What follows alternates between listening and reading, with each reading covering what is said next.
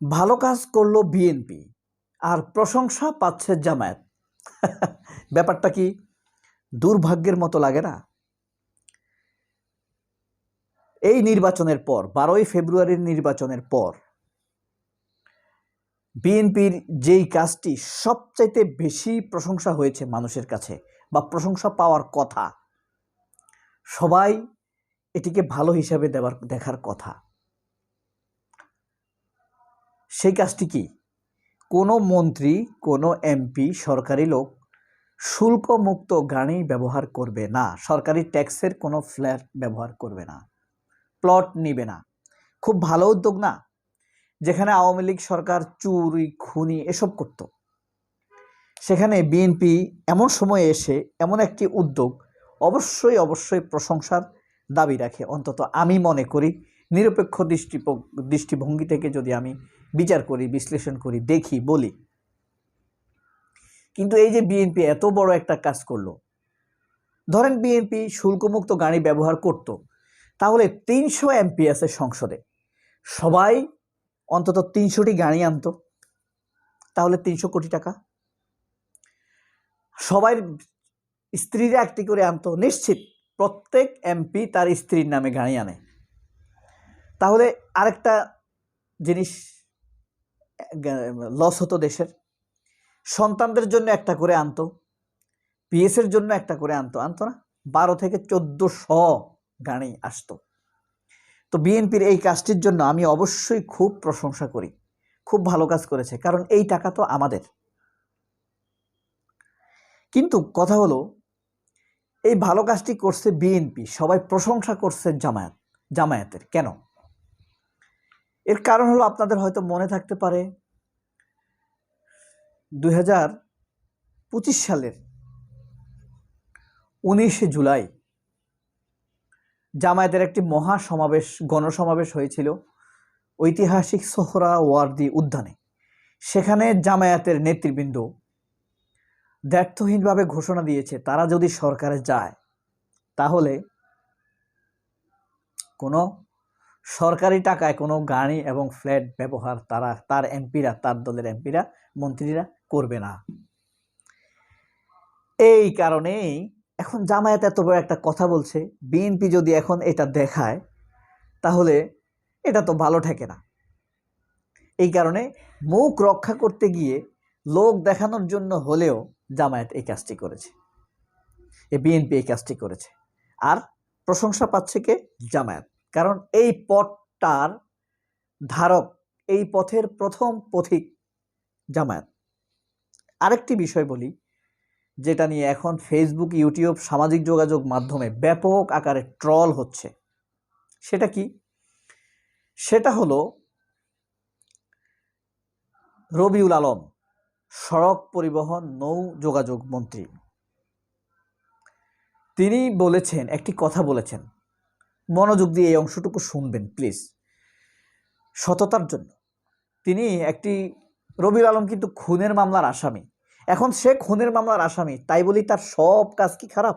না, যেটা সঠিক সেটাই আপনাকে বলা উচিত, তাই না? কারোর মিথ্যা ঢাকার জন্য আমার গানে তো দোষ নিয়ে লাভ নাই। তো রবিউল আলম বলেছেন যে সমঝোতার ভিত্তিতে আদায় করলে সেটা চাঁদা হয় না, আর জোরপূর্বক এনফোর্সমেন্ট ডিমান্ড, যাকে বলে এনফোর্সমেন্ট ডিমান্ড, জোরপূর্বক আদায় করা, সেটা চাঁদা হবে। এখন পত্রিকা লিখছে যে রবিউল আলম চাঁদাকে স্বীকৃতি দিছে। আসলে রবিউল আলম এইটা বলে নাই। রবিউল আলম জামায়াতকে বুঝাইতে গেছে। জামায়াতের একটা সংগঠন আছে, শ্রমিক কল্যাণ ফেডারেশন। শ্রমিক কল্যাণ ফেডারেশন বলেন আর শিবির বলেন, সবাই কিন্তু আপনার একটা এয়ানত নেয়, চাঁদা নেয়, আরবিতে এয়ানত বলে। রবিউল আলম মূলত বুঝাতে চেয়েছে, এই যে জামায়াত ইসলাম টাকা নেয় সমঝোতার মাধ্যমে, সেটা চাঁদা হয় না, আর আমরা নেই, মানুষ দেখে, এই কারণে এটা চাঁদা। সে বলছে এইটা। কিন্তু বাংলাদেশের অপগণমাধ্যম বা তথাকথিত মিডিয়া, আমরা যাদেরকে বলি ফ্যাসিবাদের ক্যান্টনমেন্ট হিসেবে পরিচিত, তারা এই মিডিয়া মিথ্যা কথা রবিউল আলমের উপরে আরো দোষ চাপিয়ে দিয়েছে মিথ্যা কথা বলার মাধ্যমে। কিভাবে? রবিউল আলম বলেছে জামায়াত ইসলাম যে সমঝোতার মাধ্যমে এই আনত নেয় সেটাকে আপনারা চাঁদা বলেন না, জোর করে নিলে সেটাই কি চাঁদা হয়ে যাবে? ফ্যাক্ট এটা বোঝাতে চাইছে, কিন্তু মিডিয়া লিখছে কি যে আমরা এখন সমঝোতার মাধ্যমে টাকা নেব, জোর করে নিলে সেটা চাঁদা হবে, সমঝোতার মাধ্যমে নিলে টাকা হবে না। জামায়াতের শব্দটাকে পুরো বাদ দিয়ে দিয়েছে। একটা মারাত্মক প্রতারণা না জিনিসটা? এই লোকটার উপরে একটা মিথ্যা খড়গ চাপিয়ে দিল না? প্রথম টপিক্সের থেকে 2টি লাইন বলি সামান্য। সেটি হলো 19 জুলাই যখন জামায়াত ঘোষণা দিয়েছিল কোনোভাবেই তারা নির্বাচিত হলে সংসদের টাকায়, জনগণের ট্যাক্সের টাকায় গাড়ি এসব নিবে না। তখন বিএনপির সাবেক এমপি হারুনকে প্রশ্ন করা হয়েছিল, জামাত বলছে শুল্কমুক্ত গাড়ি নেবে না, আপনারা নেবেন কিনা? তখন সাংসদ হারুন বলেছিলেন, না, আমাদেরকে তো নিতেই হবে, না হলে আমরা সংসদের কাজ করব কিভাবে? অর্থাৎ তারা নিবে এমনটাই বলেছিল। কিন্তু দেখেন এখন বিএনপি ক্ষমতায় এসে সেই ভালো কাজটি করেছে। শেখ হাসিনা কি 2-1টা ভালো কাজ করে নাই? করছে, কিন্তু যেই খারাপ কাজগুলো করছে, মানুষ ভালো কাজ করে কেন? মানুষ, এই পৃথিবীর মেইন বিষয় কি? মানুষ না থাকলে এই পৃথিবীর কোনো দাম আছে? কোনো দাম নেই। কোনো রাজা বাদশার কোনো দাম নেই, কোনো পশু পাখির কোনো দাম নেই। এই পৃথিবীটা হয়েছে মানুষের জন্য। তো শেখ হাসিনা যেই 2-1টা ভালো কাজ করেছে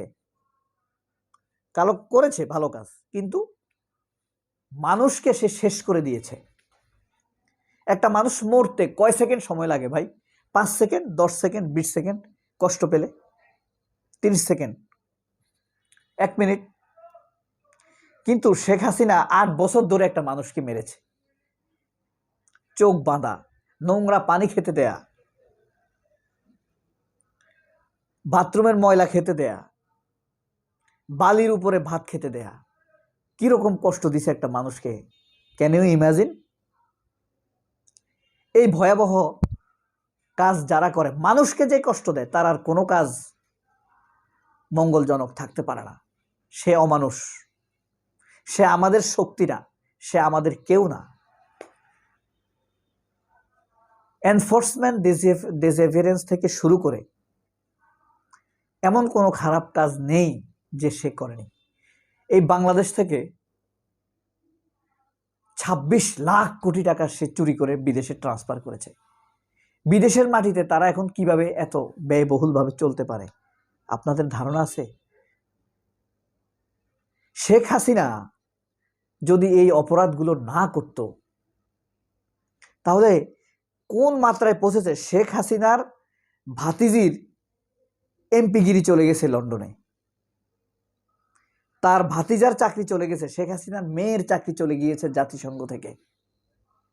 কল্পনাটা আপনারা একবার করে দেখেন। সবাই অনেক ভালো থাকবেন। আল্লাহ হাফেজ, আসসালামু আলাইকুম।